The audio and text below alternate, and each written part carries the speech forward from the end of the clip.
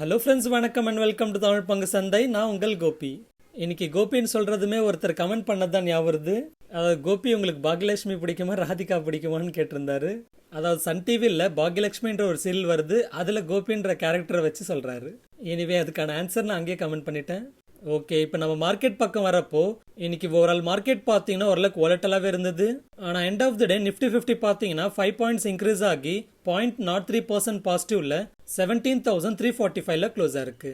And அதுவே bank Nifty பார்த்தீங்கன்னா கிட்டத்தட்ட 120 பாயிண்ட்ஸ் இன்க்ரீஸ் ஆகி 0.32% பாசிட்டிவ்ல 38,024ல க்ளோஸ் ஆயிருக்கு. அண்ட் குளோபல் அப்டேட்ஸ்னு பார்க்குறப்போ இப்போ யூஎஸ் சைனாவோட டென்ஷன்ன்றது கொஞ்சம் எஸ்கலேட் ஆகிட்டு இருக்கு. அதாவது யூஎஸோட ஸ்பீக்கரான பெலோசி வந்து தைவானை விசிட் பண்ண போறதா சொல்றாங்க. ஆனால் தைவான்ன்றது எங்களோட இன்டெகிரல் பார்ட்னு சொல்ற சைனா வந்து இந்த விசிட்டை அப்போஸ் பண்றாங்க. அதாவது யூஎஸோட இந்த விசிட்ன்றது சைனாவோட இன்டர்னல் அஃபேர்ஸ்ல இன்டர்ஃபியர் ஆகிற மாதிரி இருக்கும். அண்ட் அந்த ரீஜனோட பீஸ் அண்ட் ஸ்டெபிலிட்டிக்கு த்ரெட்டன் பண்ற மாதிரி இருக்கும். அண்ட் இது ஒரு சீரியஸ் கான்சிக்வன்ஸையும் கொடுக்கணும்னு சொல்லியிருக்காங்க. ஆனால் தைவானை பொறுத்த வரைக்கும் அவங்க ஒரு இண்டிபெண்டன்ட் கண்ட்ரின்ற மாதிரி டிக்ளேர் பண்ணிக்கிறாங்க. எனிவே இந்த விசிட்னால யூஎஸ்க்கும் சைனாக்கும் வாக்குவாதம் நடந்துட்டு இருக்கு. அண்ட் யூஎஸ் சைனாவோட டென்ஷன்ஸ் எஸ்கலேட் ஆயிட்டு இருக்கு. அண்ட் இந்த ஓவரால் இன்சிடென்ட்டை பத்தி நீங்க என்ன நினைக்கிறீங்கன்றதை நம்மளோட கமெண்ட்ல சொல்லுங்க. ஏன்னா மெஜாரிட்டி ஆஃப் த டைம்ஸ் பாத்தீங்கன்னா ஜியோ பொலிட்டிக்கல் இஷ்யூஸ்ல மட்டும் இவங்க தான் கரெக்ட் இவங்க தான் தப்புன்னு சொல்லவே முடியாது. ஆனா பெரும்பாலும் யூஎஸ் இன்டர்ஃபியர் ஆகுதுன்னா அந்த இஷ்யூஸ்ல யூஎஸ்க்கு இன்ட்ரெஸ்ட் இருக்கும். ஆனா அதுக்காக சைனான்றவங்க நல்லவங்கன்னு சொல்லிட முடியாது. எனிவே இந்த யூஎஸ் சைனா அண்ட் தைவான் ரிலேட்டடா உங்களோட கருத்தை கமெண்ட் பண்ணுங்க. அடுத்து இந்த யூஎஸ் அண்ட் சைனாவோட டென்ஷன்ஸையும் தாண்டி நிறைய கண்ட்ரீஸ் வந்து அவங்களோட மேனுஃபேக்சரிங் பிஎம்ஐ டேட்டா ரிலீஸ் பண்ணியிருந்தாங்க. அதாவது மேனுஃபேக்சரிங் பிஎம்ஐ டேட்டான்றது 50க்கு மேலே வந்ததுன்னா அந்த கண்ட்ரியில் அவங்களோட மேனுஃபேக்சரிங் ஆக்டிவிட்டீஸ்ன்றது க்ரோ ஆகிட்டு இருக்குன்னு அர்த்தம். அண்ட் அதுவே 50 கீழே வந்ததுன்னா அவங்களோட கண்ட்ரியில் மேனுஃபேக்சரிங் ஆக்டிவிட்டீஸ்ன்றது வீக் ஆகிட்டு இருக்குன்னு அர்த்தம். ஸோ அப்படி ஜெர்மனியோட மேனுஃபேக்சரிங் பிஎம்ஐ டேட்டா பார்த்தீங்கன்னா ஜூன் மந்த்தில் 52 இருந்தது. அண்ட் அது இந்த ஜூலை மந்த்தில் 49.3க்கு குறைஞ்சிருக்கு. அண்ட் என்டையர் யூரோ ஜோனோட மேனுஃபேக்சரிங் பிஎம்ஐ டேட்டா பார்த்தீங்கன்னா மந்த் ஆன் மந்த் கம்பேரிஷனில் 52.1ல இருந்து 49.8க்கு குறைஞ்சிருக்கு. அண்ட் யூஎஸோட மேனுஃபேக்சரிங் பிஎம்ஐ டேட்டா பார்த்தீங்கன்னா 52.7ல இருந்து 52.2 குறைஞ்சிருக்கு. அண்ட் இதே போல சைனாவோட மேனுஃபேக்சரிங் பிஎம்ஐ டேட்டாவும் குறைஞ்சிருந்தது. ஸோ இப்படி ஓவரால் யூஎஸ் அண்ட் சைனாவோட டென்ஷன்ஸ் நிறைய கண்ட்ரீஸோட மேனுஃபேக்சரிங் பிஎம்ஐ டேட்டா வீக்காக வந்ததும் குளோபல் ஸ்லோடவுனோட ஃபியர்ஸை கிரியேட் பண்ணிட்டு இருக்கு. அண்ட் நேற்று யூஎஸோட மார்க்கெட்ஸும் பார்த்தீங்கன்னா நெகட்டிவாக க்ளோஸாக இருந்தது. அண்ட் ஏஷியன் மார்க்கெட்ஸும் நெகட்டிவ் டு நியூட்ரலாக இருந்ததுனால இன்னைக்கு நம்மளோட மார்க்கெட்டும் மார்னிங் நெகட்டிவாக ரியாக்ட் ஆயிருந்தது. அண்ட் இதனால் ஃபியூ வீக்ஸாகவே நல்ல கண்டினியூஸாக ரேலி கொடுத்த புல்ஸ் வந்து இன்னைக்கு கொஞ்சம் டயர்ட் ஆயிடுச்சுன்னு சொல்லலாம். ஓகே, அடுத்து ஐடிசியோட Q1 ரிசல்ட்ஸை பார்க்கலாம். ஐடிசியோட Q1 ரிசல்ட்ஸை போன வருஷத்தோட கம்பேர் பண்ணுறப்போ ரெவன்யூ வந்து 40% அதிகமாக இருக்கு. ஆப்ரேட்டிங் ப்ராஃபிட் மார்ஜின்றது ஸ்லைட்டாக டிக்ளைன் ஆயிருக்கு. அதாவது 34%ல இருந்து 33% குறைஞ்சிருக்கு. அண்ட் நெட் ப்ராஃபிட்னு பார்க்குறப்போ அரௌண்ட் 34% அதிகமாக இருக்கு. அண்ட் ஈவன் இந்த நம்பர்ஸை போன குவார்ட்டரோட கம்பேர் பண்ணுறப்பவும் க்ரோ ஆயிருக்கு. அண்ட் அது பிஸ்னஸ் செக்மெண்ட் வைஸ் பர்ஃபார்மன்ஸ்னு பார்க்குறப்போ அவங்களோட சிகரெட் அண்ட் எஃப்எம்சிஜி பிஸ்னஸ் எல்லாமே ஓரளவு க்ரோ ஆயிருக்கு. அண்ட் அது பேப்பர் அண்ட் அக்ரிகல்ச்சர் பிஸ்னஸ் எல்லாமே ஸ்ட்ராங்காக க்ரோ ஆயிருக்கு. அண்ட் ஹோட்டல் பிஸ்னஸ்ன்றது கொஞ்சமாக டிக்ளைன் ஆயிருக்கு. ஓவராலாக மார்ஜின்ஸ் மட்டும் லைட்டாக டிக்ளைன் ஆயிருந்தாலும் ரிசல்ட்ஸை பாசிட்டிவ்னே சொல்லலாம். எனிவே இந்த அப்டேட்க்கு அப்புறமா இன்னைக்கு ஐடிசியோட ஷேர் பிரைஸ் எப்படி ரியாக்ட் ஆயிருக்குன்னு பார்க்குறப்போ இன்னைக்கு எண்ட் ஆஃப் த டே ஐடிசியோட ஷேர் பிரைஸ் பார்த்தீங்கன்னா ஆல்மோஸ்ட் 0.8% பாசிட்டிவாக க்ளோஸ் ஆயிருக்கு. ஓகே, அடுத்து ஸ்பைஸ்ஜெட்டோட அப்டேட்டை பார்க்கலாம்.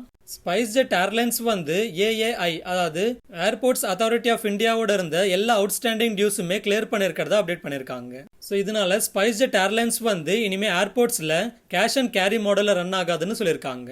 அதாவது கேஷ் அண்ட் கேரி மாடல்ன்றது ஏர்லைன்ஸ் அவங்களோட டெய்லி பேமெண்ட்டை பண்ண தான் அந்த ஏர்போர்ட்ல அவங்களோட டெய்லி ஆப்ரேஷன்ஸ் அலோவ் பண்ணுவாங்க.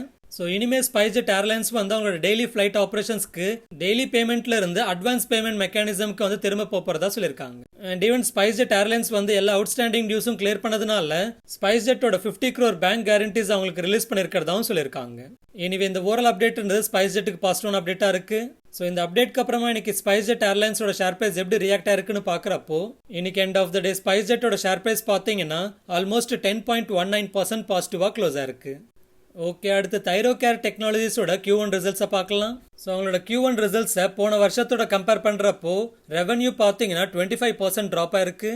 ஆப்ரேட்டிங் ப்ராஃபிட் மார்ஜின்றது 44%ல இருந்து 28%க்கு ட்ராப் ஆயிருக்கு. அண்ட் நெட் ப்ராஃபிட் பார்த்தீங்கன்னா 58% ட்ராப் ஆயிருக்கு. And even revenue and margin வந்து போன குவார்ட்டரோட கம்பேர் பண்ணுறப்போ லைட்டாக டிக்ளைன் ஆயிருக்கு. எனிவே இந்த ஓவரால் ரிசல்ட்ஸ்க்கு அப்புறமா இன்னைக்கு தைரோகேர் டெக்னாலஜிஸோட ஷேர் பிரைஸ் எப்படி ரியாக்ட் ஆயிருக்குன்னு பார்க்குறப்போ இன்னைக்கு end of the day Thyrocare டெக்னாலஜிஸோட ஷேர் பிரைஸ் பார்த்தீங்கன்னா 3.73% நெகட்டிவாக க்ளோஸ் ஆயிருக்கு. ஓகே, அடுத்து ஜொமேட்டோட Q1 ரிசல்ட்ஸை பார்க்கலாம். ஜொமேட்டோவோட Q1 ரிசல்ட்ஸை போன வருஷத்தோட கம்பேர் பண்ணுறப்போ ரெவன்யூ வந்து அரௌண்ட் 49% அதிகமாக இருக்கு. அண்ட் ஆப்ரேட்டிங் ப்ராஃபிட் மார்ஜின்ன்றது ஸ்டில் நெகட்டிவாக இருந்தாலும் ஓரளவுக்கு பெட்டராக இருக்கு. அண்ட் ஈவன் நெட் ப்ராஃபிட்டும் நெகட்டிவாக இருந்தாலும் இந்த குவார்ட்டரில் கம்பேரிட்டிவ்லி பெட்டராக இருக்கு. அண்ட் ஈவன் போன குவார்ட்டரோட கம்பேர் பண்ணுறப்பவும் ஓவரால் நம்பர்ஸ்ன்றது ஓரளவுக்கு பெட்டராக இருக்கு. அண்ட் ஸ்பெசிஃபிக்காக ஜொமேட்டோட ஃபுட் டெலிவரி பிஸ்னஸ்ன்றது எபிட்டா டேர்ம்ஸில் பிரேக் ஈவனை அச்சீவ் பண்ணிருக்கு. ஸோ ஓவரால் ரிசல்ட்ஸ்ன்றது கம்பேரிட்டிவ்லி பெட்டராக வந்திருக்கிறதும் அண்ட் ஃபுட் டெலிவரி பிஸ்னஸோட எபிட்டா பிரேக் ஈவன் அச்சீவ் பண்ணதும் ஜொமேட்டோக்கு பாசிட்டிவ் அப்டேட்டாக இருக்கு. இனிவே இந்த அப்டேட்க்கு அப்புறமா இன்னைக்கு ஜொமேட்டோட ஷேர் பிரைஸ் எப்படி ரியாக்ட் ஆயிருக்குன்னு பார்க்குறப்போ இன்னைக்கு எண்ட் ஆஃப் த டே ஜொமேட்டோட ஷேர் பிரைஸ் பார்த்தீங்கன்னா ஆல்மோஸ்ட் 20% ரைஸ் ஆகி அப்பர் சைக்கிட்ட ஹிட் பண்ணிருக்கு. ஓகே, அடுத்து ஐடிஎஃப்சியோட அப்டேட்டை பார்க்கலாம். ஐடிஎஃப்சி கம்பெனி வந்து அவங்களோட ஐடிஎஃப்சி ஏஎம்சி பிஸ்னஸை டிஸ்இன்வெஸ்ட்மெண்ட் பண்ணுறதுக்கு இப்போ காம்படிஷன் கமிஷன் ஆஃப் இந்தியா கிட்ட இருந்து அப்ரூவல் வந்திருக்கிறதா அப்டேட் பண்ணியிருக்காங்க. ஆனால் இன்னும் இந்த டிஸ்இன்வெஸ்ட்மெண்ட்டுக்கு முக்கியமாக ஆர்பிஐயோட அப்ரூவல் தேவைப்படும் அண்ட் அதே போல் செபியோட அப்ரூவலும் தேவைப்படும். இனிவே இந்த சிசிஐயோட அப்ரூவலோட அப்டேட்க்கு அப்புறமா இன்னைக்கு ஐடிஎஃப்சியோட ஷேர் பிரைஸ் எப்படி ரியாக்ட் ஆயிருக்குன்னு பார்க்குறப்போ இன்னைக்கு எண்ட் ஆஃப் த டே ஐடிஎஃப்சியோட ஷேர் பிரைஸ் பார்த்தீங்கன்னா ஆல்மோஸ்ட் 4.32% பாசிட்டிவாக க்ளோஸ் ஆயிருக்கு. ஓகே, அடுத்து கான்சாய் nerolac பெயிண்ட்ஸோட Q1 ரிசல்ட்ஸை பார்க்கலாம். ஸோ இவங்களோட ரிசல்ட்ஸை போன வருஷத்தோட கம்பேர் பண்ணுறப்போ ரெவன்யூ பார்த்தீங்கன்னா 46% அதிகமாக இருக்கு. ஆப்ரேட்டிங் ப்ராஃபிட் மார்ஜின் பார்த்தீங்கன்னா ஸ்லைட்டாக டிக்ளைன் ஆயிருக்கு. அண்ட் அதுவே நெட் ப்ராஃபிட் பார்த்தீங்கன்னா 37% அதிகமாக இருக்கு. அண்ட் ஈவன் போன குவார்ட்டரோட கம்பேர் பண்ணுறப்போ நம்பர்ஸ் எல்லாமே நல்லாவே ஸ்ட்ராங்காக க்ரோ ஆயிருக்கு. எனிவே இந்த ரிசல்ட்ஸ்க்கு அப்புறமா கான்சாய் nerolac பெயிண்ட்ஸோட ஷேர் பிரைஸ் எப்படி ரியாக்ட் ஆயிருக்குன்னு பார்க்குறப்போ இன்னைக்கு end of the day Kansai nerolac பெயிண்ட்ஸோட ஷேர் பிரைஸ் பார்த்தீங்கன்னா ஆல்மோஸ்ட் 17.78% பாசிட்டிவாக க்ளோஸ் ஆயிருக்கு. ஓகே, அடுத்து கிருஷ்ணா டயக்னோஸ்டிக்ஸோட அப்டேட்டை பார்க்கலாம். ரீசெண்டாக கிருஷ்ணா டயக்னோஸ்டிக்ஸோட பூனே பிரிமிசஸ்ல இன்கம் டேக்ஸ் அஃபிஷியல்ஸ் வந்து விசிட் பண்ணியிருந்தாங்க. அண்ட் அது ரிலேட்டடாக சில நியூஸ் ஆர்டிகல்ஸ் வந்து கிருஷ்ணா டயக்னோஸ்டிக்ஸ் கிட்ட அரௌண்ட் 100 crores அன்டிஸ்க்ளோஸ்ட் இன்கம் இருக்கிறதா ரிப்போர்ட் பண்ணியிருந்தாங்க. அண்ட் இப்போ கிருஷ்ணா டயக்னோஸ்டிக்ஸ் கம்பெனி வந்து அந்த நியூஸ் ஆர்டிகல்ஸ்ல சொன்ன அலிகேஷன்ஸை டினே பண்ணி அந்த ரிப்போர்ட் வந்து ஸ்பெகுலேட்டிவ்னு எக்ஸ்சேஞ்சஸ்க்கு அப்டேட் பண்ணியிருக்காங்க. அதாவது இன்கம் டேக்ஸ் அஃபிஷியல்ஸ் வந்து விசிட் பண்ணியிருந்தாங்க அண்ட் அவங்களுக்கு தேவையான டாக்குமெண்ட்ஸ் அண்ட் டேட்டா அண்ட் அதே போல கோஆபரேஷன்ஸை கொடுத்துட்டு இருக்கோம். அண்ட் இது வரைக்கும் எந்த ஒரு அத்தாரிட்டிஸும் வந்து 100 crores அன்டிஸ்க்ளோஸ்ட் இன்கம் இருக்குன்ற மாதிரி அசஸ்மெண்ட்டை கன்க்ளூட் பண்ணல. ஸோ அதனால நியூஸ் ரிப்போர்ட்ல வந்த அந்த அலிகேஷன்ஸை நாங்கள் அக்செப்ட் பண்ணலன்னு சொல்லியிருக்காங்க. எனிவே இந்த அப்டேட்க்கு அப்புறமா கிருஷ்ணா டயக்னோஸ்டிக்ஸோட ஷேர் பிரைஸ் எப்படி ரியாக்ட் ஆயிருக்குன்னு பார்க்குறப்போ இன்னைக்கு end of the day Krishna டயக்னோஸ்டிக்ஸோட ஷேர் பிரைஸ் பார்த்தீங்கன்னா ஆல்மோஸ்ட் 4.23% நெகட்டிவாக க்ளோஸ் ஆயிருக்கு. ஓகே, அடுத்து இன்னைக்கு என்னோட பொசிஷனோட அப்டேட்னு பார்க்குறப்போ இன்னைக்கு என்னோட பொசிஷனில் எந்த ஒரு சேஞ்சும் இல்லை. அதாவது எந்த ஒரு பொசிஷன்ல இருந்தும் எக்ஸிட் ஆகல அண்ட் எந்த ஒரு புது பொசிஷனும் எடுக்கல. ஓகே, அடுத்து எஸ் பேங்கோட அப்டேட்டை பார்க்கலாம். எஸ் பேங்க்ல கேரளல் குரூப் ஒரு 10% அண்ட் அட்வென்ட் இன்டர்நேஷனல்ன்றவங்க ஒரு 10% ஸ்டேக் அக்வயர் பண்ண போறதா அப்டேட் வந்திருந்தது. அண்ட் இப்போ சோர்சஸ் கிட்ட இருந்து என்ன அப்டேட் வந்திருக்குன்னு பார்க்குறப்போ கேரளல் குரூப் சார்பா எஸ் பேங்கோட போர்டில் ஆதித்யா பூரிக்கு சீட் கிடைக்கும்னு சொல்றாங்க. அதாவது ஆதித்யா பூரி யாருன்னு கேட்டிங்கன்னா ஹெச்டிஎஃப்சி பேங்கோட எம்டி அண்ட் சிஇஓவா இருந்தவர். அண்ட் அவர் அக்டோபர் 2020 தான் ரிசைன் பண்ணாரு. அண்ட் ரிசைன் பண்ண பிறகு இப்போ கேரளல் குரூப்ல சீனியர் அட்வைசரா இருக்காரு. ஸோ இவரை கேரளல் குரூப் சார்பா எஸ் பேங்கோட போர்டில் அப்பாயிண்ட் பண்ணுவாங்கன்னு சோர்சஸ் கிட்ட இருந்து அப்டேட் வருது. ஸோ அது அஃபிஷியலாக கன்ஃபார்ம் ஆச்சுன்னா அது எஸ் பேங்க்குக்கு ரொம்பவே பாசிட்டிவ் அப்டேட்டாக இருக்கும். அண்ட் இந்த கேரளல் அண்ட் அட்வென்ட் இன்டர்நேஷனலோட டீல் முடிஞ்ச பிறகும் இப்போ இருக்கிற எம்டி அண்ட் சிஇஓ, அதாவது எஸ் பேங்க்ல இப்போ இருக்கிற எம்டி அண்ட் சிஇஓ பிரசாந்த் குமாரே வந்து பேங்கை லீட் பண்ணுவார்னு சொல்லப்படுது. ஆனால் இதெல்லாமே வந்து சோர்சஸோட அப்டேட் தான். இது அஃபிஷியலாக கன்ஃபார்ம் ஆகுதான்றதை நம்ம கவனிக்கணும். எனிவே இந்த அப்டேட்க்கு அப்புறமா இன்னைக்கு எஸ் பேங்கோட ஷேர் பிரைஸ் எப்படி ரியாக்ட் ஆயிருக்குன்னு பார்க்குறப்போ இன்னைக்கு end of the day Yes பேங்கோட ஷேர் பிரைஸ் பார்த்தீங்கன்னா ஆல்மோஸ்ட் 12.46% பாசிட்டிவாக க்ளோஸ் ஆயிருக்கு. ஓகே, அடுத்து ஜுபிலண்ட் ஃபார்மாவோட அப்டேட்டை பார்க்கலாம். இன்னைக்கு ஜுபிலண்ட் ஃபார்மாவோட கம்பெனி வந்து அவங்களோட Q1 ரிசல்ட்ஸ் அனௌன்ஸ் பண்ணியிருந்தாங்க. ரிசல்ட்ஸ் பார்த்தீங்கன்னா வீக்காக இருந்தது. அதாவது போன வருஷத்தோட கம்பேர் பண்ணுறப்போ ரெவன்யூ பார்த்தீங்கன்னா அரௌண்ட் 11% கம்மியாக இருந்தது.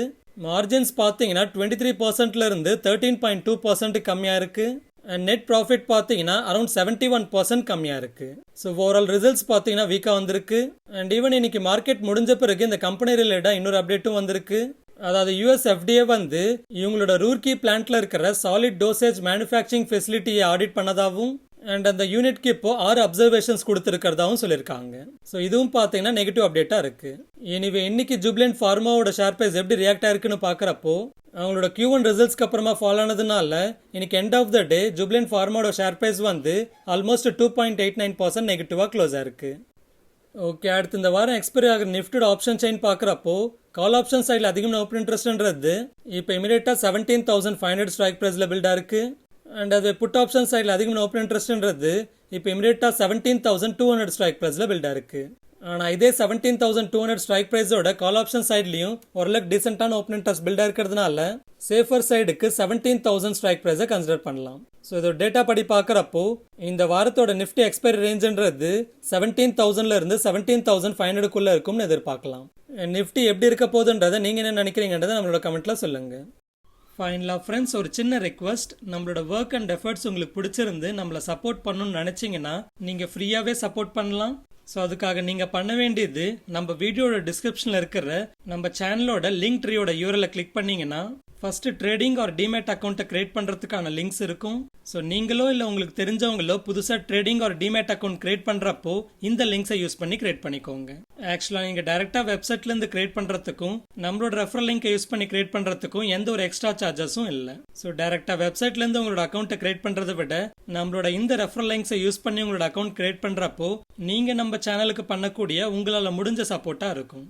அண்ட் அதே போல் நீங்கள் லைஃப் இன்சூரன்ஸில் அப்ளை பண்ணணும்னு நினச்சாலோ இல்லை இன்சூரன்ஸ் கம்பெனிஸ் ப்ரொவைட் பண்ணுற guaranteed investment plans or health insurance or vehicle இன்சூரன்ஸ்னு இதில் எதில் அப்ளை பண்ணணும்னு நினைக்கிறீங்களோ அதை கிளிக் பண்ணி கூகுள் ஃபார்மை ஃபில் பண்ணுங்க. ஸோ இந்த கூகுள் ஃபார்ம் ஃபில் பண்ண பிறகு உங்களுக்கு ஃபர்ஸ்ட்டு வந்து அந்த ப்ராடக்டோட ஃப்ரீ டீடைல்டு எக்ஸ்பிளனேஷன்ஸ் கொடுப்போம்.